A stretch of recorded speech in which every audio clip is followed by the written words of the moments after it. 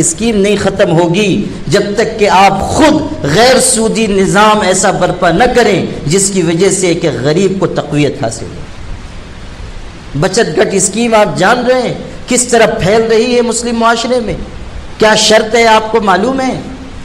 آپ کو میں بتاتا ہوں، گورنمنٹ نے یہ شرط رکھی ہے کہ بچت گٹ اسکیم میں مسلمان عورتوں ہی کو پیسہ دیا جائے گا، مرد کو پیسہ نہیں دیا جائے گا، مسلمان عورت کو دیا جائے گا۔ کس ذہن سے کام کرتے ہیں اس کو سمجھیے۔ کتنے علاقے ہیں جہاں بچت گٹ اسکیم کی وجہ سے غیر مسلم لوگ پیسہ بھی دے رہے ہیں اور مسلمان عورتوں کے ساتھ ناجائز تعلقات استوار کر رہے ہیں۔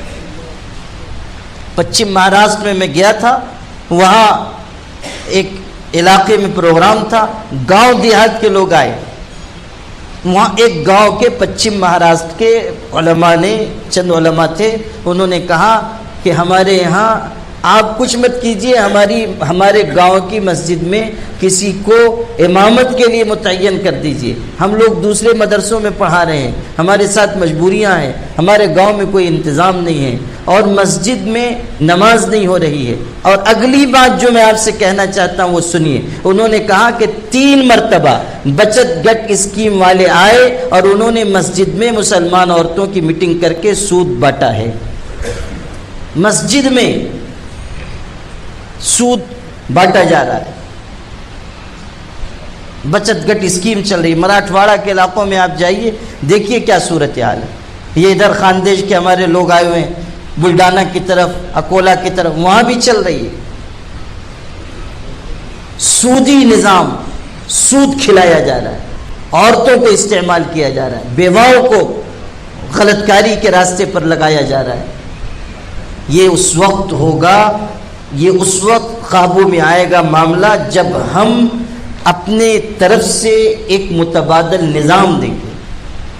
یہ سب آگے کرنے کے کام ہیں۔ کچھ علاقوں میں الحمدللہ خدمت کا کام شروع ہے، ابھی شہادہ کے ہمارے عالم آئے ہیں، وہاں سے پورا وفد آیا ہے، وہ بتائیں گے کہ انہوں نے وہاں پر نظام شروع کر دیا الحمدللہ، اور اچھا کامیابی سے نظام چل رہا ہے۔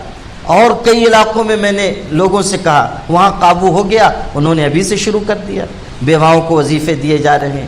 مسجدوں کو مرکز بنائیے، یہ بھی بہت اہم بات ہے، مسجدوں کو مرکز بنائیے، مسجدوں میں بیت المال قائم ہو، مسجدوں میں اس کے ذریعے خدمت کی جائے، مسجد کو سینٹر بنائیے۔ ہماری مسجدوں کو ان کاموں کے لیے بالکل فارغ کر دیا گیا، اور ہمارے متولیان مسجد، اللہ بھلا کرے ان سب کا، ایسے ایسے متولیان مسجد ہیں کہ اللہ اکبر، ان سے تو ایک دینی پروگرام کے لیے جائیے کہنے کے لیے تو بیچارے 10 دن تک استخارے طویلہ فرماتے ہیں، پھر جواب دیتے ہیں۔ ہاں، ایک جلسہ کرنا ہے تو ان سے بار بار پوچھنا پڑتا ہے، اجازت لینی پڑتی ہے۔ ایک سیٹ صاحب کے پاس جائیے تو وہ دوسرے کے پاس بھیجتے ہیں، تیسرے کے پاس بھیجتے ہیں۔ اللہ کرے کہ دھولیا میں یہ نحوست نہ ہو، وہ بھی اس لیے دعا مانگ رہا ہوں کہ مجھ کو صحیح سلامت یہاں سے جانا ہے، تو اس لیے تو یہ صورتحال ہے۔ بہت سے علاقوں میں کوئی دینی کام جاری ہی نہیں کرنے دے رہے ہیں، بہت غلط مزاج ہے۔ وَمَنْ أَظْلَمُ مِمَّنْ مَنَعَ مَسَاجِدَ اللَّهِ أَنْ يُذْكَرَ فِيهَا اسْمُهُ، قرآن نے اس شخص کو سب سے بڑا ظالم کہا ہے جو مسجد میں اللہ کے گھر میں اللہ کی یاد سے روک دے۔